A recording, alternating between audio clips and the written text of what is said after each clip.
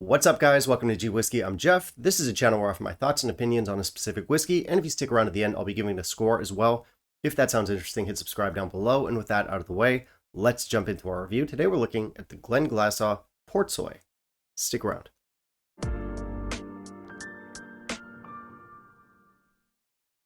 So, Glenglassaugh did something kind of exciting last year. They put out a whole new line, and this is not a brand that previously has had too much exposure.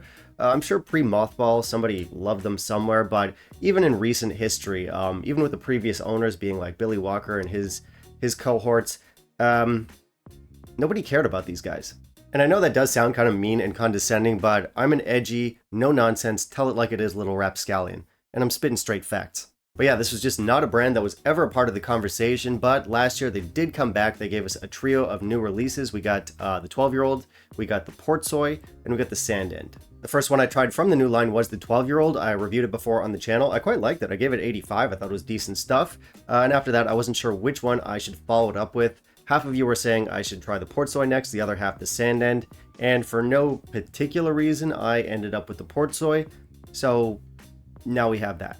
So what do we need to know about this stuff? It has been matured in bourbon, sherry, and port casks. It's gently peated. It's no age stated. And so far, it's been pretty well received. As far as this whole new line goes, broadly speaking, I think they're all pretty well received. Nobody's losing their minds for them, but people do seem to like them. And yeah, since I enjoyed the 12, I figured this would be a fun one to try next. A lot of people have actually said that the no age stated ones are actually better than the 12, which had me curious. Not only that, these ones have higher ABVs, and almost all of the time, a higher ABV is a good thing, not because it gets me plastered faster. It's a flavor thing, I promise.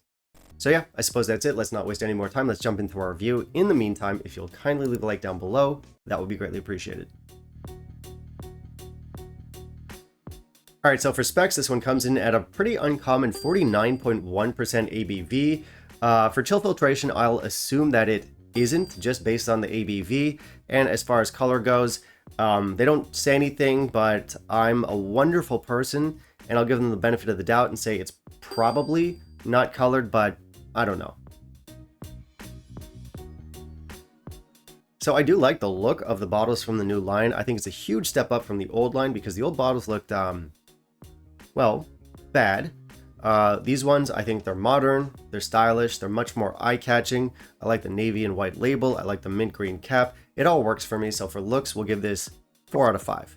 This doesn't say anything about being colored or chill filtered. It does give us the cask breakdown, and beyond that, it is a very bare bones label. There's very limited information here, but at least from a vanity aspect, the bottle does look better, so there's that.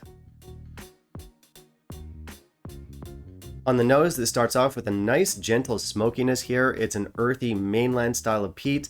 Beyond that, I get some sweet berry notes in here. I get cherries, I get blackberries, I get honey, I get plums. There's also like a mint or menthol type note, kind of like mint cough drops. There's black licorice in here, and there is a gentle salinity.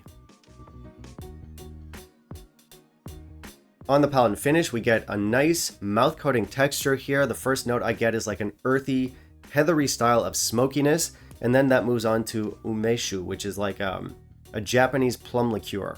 I also get lots of leather in here. I get licorice, I get some smoked herbs, I get some salt. There's also dark berries in here, there's candied strawberries, there's cloves, and here's a fun one, mustard glazed smoked ham. Why not? Okay, so yeah, this is pretty good. Like the 12, I think this is a proper step up from the old line. I know the old line did have its fans, but they never wowed me, and fair play, the new ones haven't wowed me yet, but are they better? Definitely. These new bottles are less youthful, they do give us more complexity, and just viscerally speaking, they're more enjoyable whiskeys. It does feel like they've come into their own, and I think they've done a good job updating the brand. As for our Portsoy specifically, I like that this one is kind of, it feels out of the blue. It's not like a bottle I would have expected from them. The 12, for example, it is more conventional, I suppose. It's a bourbon and sherry, and I think there's wine casks in there as well, and it's a much more like traditional tasting profile. This one, it goes in a different direction. I did not see a no age stated gently peated bourbon, sherry, and port matured whiskey at 49.1% coming.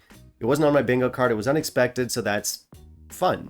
Now, this whiskey won't be for everyone. I think most people out there will be able to enjoy it, but it's not a perfect whiskey, and personally for me, there's some things that I noticed, and I'm not sure if I can describe it properly, but I'll put it this way. I like the individual flavors, but I don't feel that they're very well integrated. It's not that they're playing separately. They do come together as a whole, but it's not that harmonious, but it still tastes good.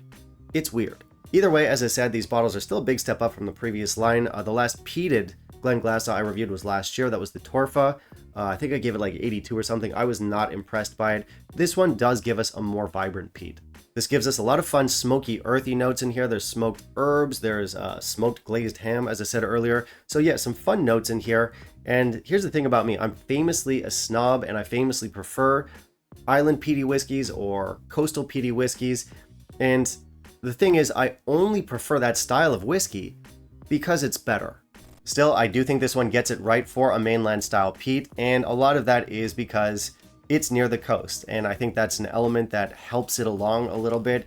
Glenglassaugh has been playing up that coastal element in the recent marketing with the new line. And I just happen to have a weakness for certain things. I have certain proclivities, if you will, and those include things like chocolate, overpriced coffees, buying t-shirts from the Baby Gap, and yes, coastal whiskeys.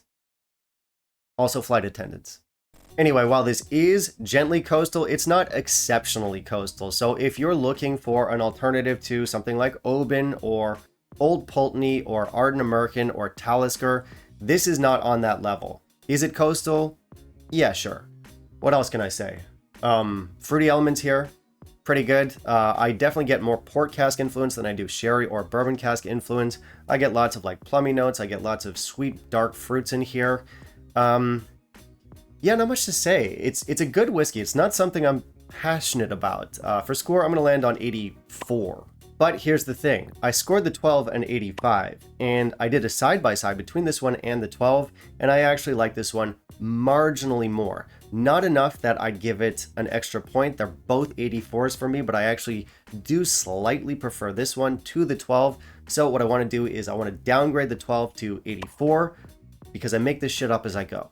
So at the end of the day, I think this is not the most sophisticated whiskey out there. It's not a technical marvel, but it is enjoyable. It's viscerally fun to drink. We have some good intensity, some good texture, and some decent flavors in here. So yeah, it's not a bad one, and it's not too expensive, which brings us to value.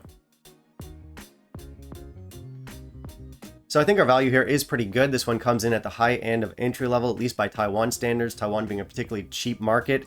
But by any standard, this is an affordable whiskey. This comes in at under $50, under about 40 pounds. For that, it's fine.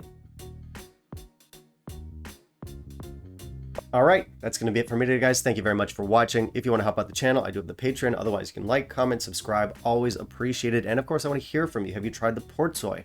Have you tried the Sandin? Have you tried the 12? How would you compare them? Do you have a favorite? Let me know all of that down below.